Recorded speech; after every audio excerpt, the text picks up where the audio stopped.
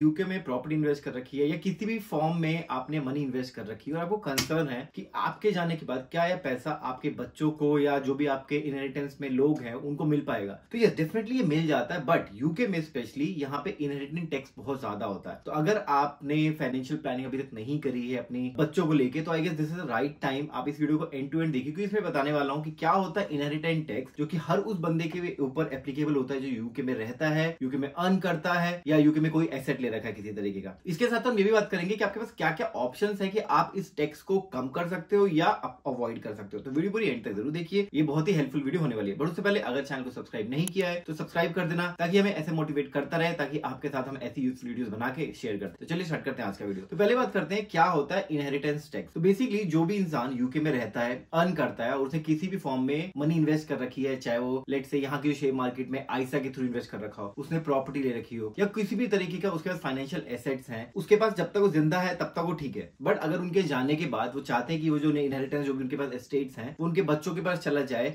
Without any issue, तो यहाँ पे ऐसा सिंपलीफाइड प्रोसेस नहीं होता। यहाँ पे यूके गवर्नमेंट चाहती है कि अगर आप एक सर्टेन अमाउंट के बाद जो भी आपके एसेट की वैल्यू है वो अपने बच्चों को दे रहे हो तो वो टैक्सेबल होगी। तो बेसिकली ये इनहेरिटेंस टैक्स बोला जाता है। ये अपनी कंट्री इंडिया पाकिस्तान वहां पे ऐसा कोई कॉन्सेप्ट अभी तक नहीं आया, बट यूके या वेस्टर्न कंट्रीज में ये कॉन्सेप्ट है जहाँ पे इसको इनहेरिटेंस टैक्स बोलते हैं। तो ये तो समझ आ गया कि आपको इनहेरिटेंस टैक्स होता क्या है। जो भी आपके एसेट्स होंगे, जो कि आपके बच्चों को ट्रांसफर होंगे, वो इनहेरिटेंस टैक्स के अंदर आएंगे। तो अब बात करते हैं इसको कैलकुलेट कैसे करते हैं। उसके लिए हम एग्जांपल लेके चलते हैं। फॉर एग्जांपल एक बंदा है जिसका नाम जॉन है, वो सिंगल सर्वाइवर है, उनके जो पार्टनर है वो अब नहीं है और उनके पास टोटल एसेट 850K का है। तो अब वो चाहते हैं कि वो अपने उनके जाने के बाद ये सारा एसेट जो 850K का एसेट है उनके बच्चों के पास चला जाए, डिवाइड हो जाए। फॉर एग्जाम्पल उनके 2 बच्चे हैं, अब वो चाहते हैं कि पूरा का पूरा 850 का एसेट उनके बच्चों के पास चला जाए। तो पहला स्टेप आएगा कि वो इनहेरिटेंस टैक्स जो कैलकुलेट करते हैं वो करेंगे कि कितना टैक्स देना पड़ेगा। सिंस मैंने बताया कि यहाँ पे जो जॉन है उनके पास एसेट 850 का है, बट यूके में आपके पास एक थ्रेशोल्ड होता है कि अगर आपकी प्रॉपर्टी विद इन 500K की है तो आप बाय रूल आपके पास इनहेरिटेंस टैक्स नहीं लगता है। बट अगर आपकी प्रॉपर्टी जो भी एसेट्स हैं आपके 500K से ऊपर के है तो उसके पर आपको इनहेरिटेंस टैक्स देना पड़ेगा। सिंस जॉन के पास 850K का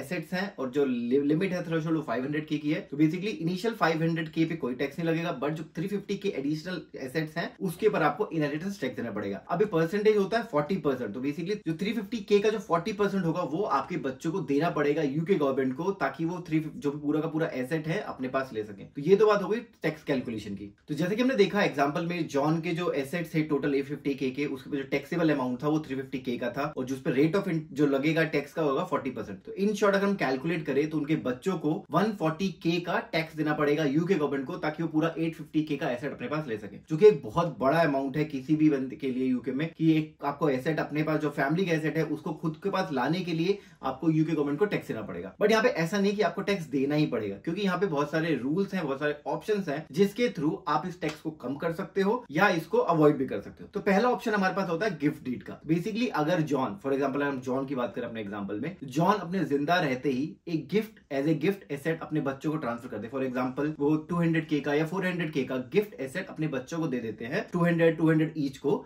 तो उस केस में ये टैक्स फ्री हो सकता है अगर जॉन 7 साल तक जिंदा रहता है गिफ्टेड देने के बाद। बेसिकली अगर जॉन ने आज गिफ्टेड दिया अपने बच्चों को और 7 साल तक जिंदा रहे गिफ्टेड देने के बाद भी, तो जो अमाउंट होगा 400K का वो नॉन टैक्सेबल इनकम में चला जाएगा। बट इसी केस में अगर जॉन गिफ्टेड देने के बाद 7 साल के अंदर उनकी डेथ हो जाती है तो यहाँ पे आपको इनहेरिटेंस टैक्स लगेगा, बट अगेन 40% नहीं लगेगा। वो डिपेंड करता है कि जॉन कितने दिन तक, कितने सालों तक सर्वाइव करे थे। एक टैपर रेट होता है, वो डिपेंड करता है कि जॉन कितने दिन तक, कितने सालों तक सर्वाइव किया है, तो उसके हिसाब से कैलकुलेशन होगी। बट एक गिफ्ट एसेट एक अच्छा मीडियम है जिसके थ्रू आप टैक्स को कम कर सकते हो, इनहेरिटेंस टैक्स। बट जैसे मैंने बोला इसका एक जो लिमिटेशन ये है कि गिफ्ट देने के बाद आपको 7 साल तक जिंदा रहना पड़ेगा। अगर आप उससे 7 साल से पहले की डेथ हो जाती है तो आपके ऊपर इनहेरिटेंस टैक्स लग जाएगा। 40% नहीं होगा, बट कुछ टैक्स आपके पास जरूर लगेगा। तो दूसरा ऑप्शन आता है ट्रस्ट फॉर्म करने का। तो ये बहुत ही एक यूनिक और अच्छा तरीका है। मोस्ट ऑफ द लोग यूके में ट्रस्ट फॉर्म करते हैं ताकि वो इनहेरिटेंस टैक्स को कम कर सके। इसका प्लस पॉइंट ये है कि आपको फुल कंट्रोल देता है आपके एसेट का। फॉर एग्जांपल आपने जिंदा रहते एक ट्रस्ट फॉर्म कर लिया और अपने सारे एसेट आपने ट्रस्ट में मूव कर दिए, तो आपके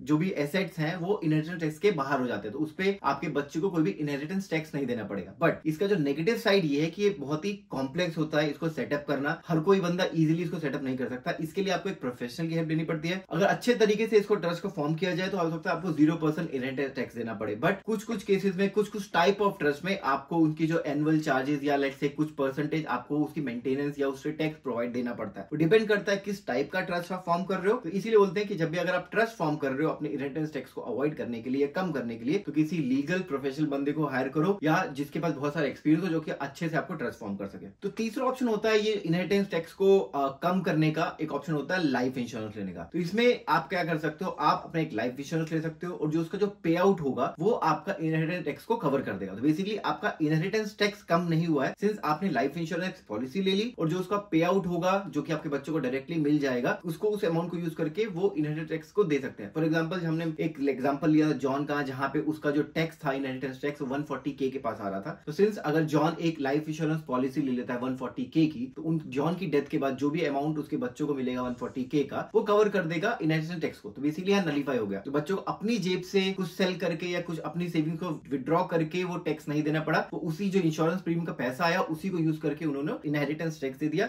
और पूरा का पूरा जो एसेट जॉन का था उनके बच्चों को पूरा का पूरा मिल गया। इसके बाद एक ऑप्शन होता है चैरिटेबल डोनेशन। अगर आप कोई चैरिटी डोनेशन करते हो तो उस केस में आपको कुछ रिबेट मिलता है। अगर फॉर एग्जांपल अपने पूरे एसेट का 10% अगर आप डोनेट कर देते हो तो आपका जो इनहेरिटेंस टैक्स का जो रेशियो होगा 40% से लेके 36% चला जाएगा। बट अगेन इसका प्लस पॉइंट ये है कि अगर एज फॉर एग्जांपल जॉन इस केस में उसको पसंद है कम्युनिटी को सर्व करना, उसकी हेल्प करना, तो उस केस में एक अच्छी डील भी उन्होंने कर दी जहां पे उन्होंने अपना प्रॉपर्टी का एसेट का 10% एक charitable donation point of view से दे दिया, और इसी तरह दूसरी साइड में उनका जो इनहेरिटेंस टैक्स था वो भी कम हो गया। इसमें आपका बिल्कुल नलीफाई नहीं होता, आपको कुछ ना कुछ टैक्स देना ही पड़ता है। तो जैसे मैंने बताया ये ऑप्शंस हैं आपके पास अगर आप इनहेरिटेंस टैक्स को कम करना चाहते हो या अवॉइड करना चाहते हो। इसके अलावा भी आपके पास ऑप्शंस होते हैं। तो इस केस में आप किसी लीगल या प्रोफेशनल बंदे को हायर कर सकते हो जो कि आपको बहुत बेटर गाइड कर सकता है। ये भी जो भी मैंने आपको ऑप्शन बताया मेरी पर्सनल रिसर्च के ऊपर है, ये मेरी पर्सनल जो भी अंडरस्टैंडिंग है इसको लेके ये ऑप्शन मुझे दिखे हैं समझ के हिसाब से वो मैंने आपके साथ शेयर किए हैं। अगर आपको लगता है कि कोई ऑप्शन मैंने मिस आउट किया है जो कि बहुत यूनिक हो सकता है और आपको इनहेरिटेंस टैक्स को बहुत अच्छे तरीके से कम कर सकता है, तो आप जरूर कमेंट सेक्शन में बताइए ताकि उन लोगों को